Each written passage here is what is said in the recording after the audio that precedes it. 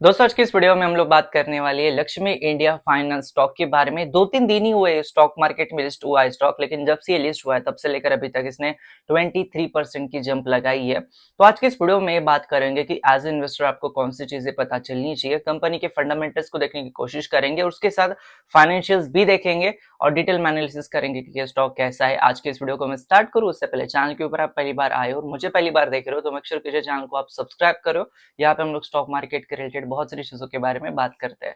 सबसे पहले तो अगर मैं बात करता हूँ लक्ष्मी इंडिया फाइनेंस स्टॉक के बारे में तो 135 रुपीज के आसपास ये लिस्ट हुआ था। आज की डेट में जब ये वीडियो बना रहा हूँ तो 170 रुपीज के आसपास ये ट्रेड हो रहा है। जहां से ये लिस्ट हुआ था वहां से लेकर अभी तक इसने 23% की जंप लगाई है। अगर हम इसके थोड़े फंडामेंटल्स देखने की कोशिश करते हैं तो उसका मार्केट कैप बहुत कम है, 774 करोड़ रुपीज का मार्केट कैप है। जहां पे मैं बात करता हूँ HDFC bank, ICICI bank 10 lakh crore के मार्केट कैप के ऊपर बैठे हुए हैं। उनके कंपेरेटिवली बहुत छोटा फाइनेंस वाला स्टॉक है, हालांकि उनके बिजनेस मॉडल अलग है। I am just telling you कि किस तरीके से फाइनेंस सेक्टर में का मार्केट कैप है।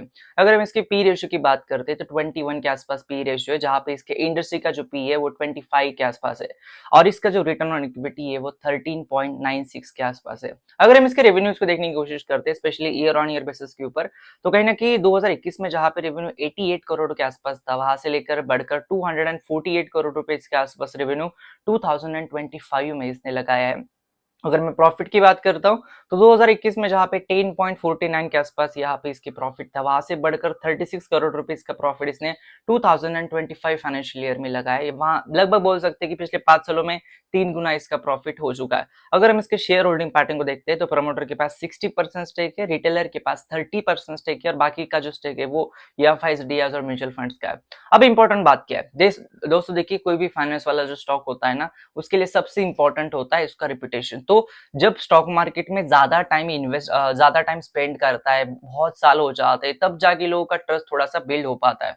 और इतना होने के बावजूद भी कई बार एक चीज की वजह से लोगों का ट्रस्ट चला भी जाता है। अपनी ये चीज इंडसलैंड बैंक के साथ भी देखी होगी, जिस तरीके से मैनेजमेंट के अंदर इशू आया था वहां से लेकर स्टॉक ने बहुत नीचे के जंप्स लगाए थे। या फिर मोतीलाल ओसवाल के साथ पिछले साल जो चीज हुई थी कि स्टॉक ने बस एक न्यूज के भरोसे इतने बड़े डाइविंग लगाई थी कि स्टॉक लगभग 30-40% नीचे जा चुका था। मैं आपको ये सारी चीजें क्यों बता रहा हूँ, बिकॉज ये स्टॉक को लिस्ट हुए सिर्फ 3-4 दिन ही हुए हैं और 3-4 दिनों में you cannot predict what's gonna next और आगे क्या होगा ये आप कोई भी प्रेडिक्ट नहीं कर सकते हो। तो आने वाले क्वार्टर के इसके रिजल्ट्स के ऊपर काफी ज्यादा चीजें डिपेंड होगी और ये सब चीजें होने के बावजूद भी एक चीज आपको समझनी पड़ेगी कि ये जो कंपनी का मार्केट कैप है बहुत छोटा है। तो ये जो कंपनीज होती है ना हाई रिस्क और हाई रिवॉर्डिंग वाली कंपनीज होती है, यहाँ पे कई बार आपका पैसा डूब भी सकता है और कई बार आपका पैसा इतना बन सकता है कि आप सोच भी नहीं सकते हो। लेकिन it depends on the management how they execute और आने वाले दिनों में ये कंपनी किस तरीके से परफॉर्म करती है, स्पेशली फाइनेंस सेक्टर में कंपनी काम करती है तो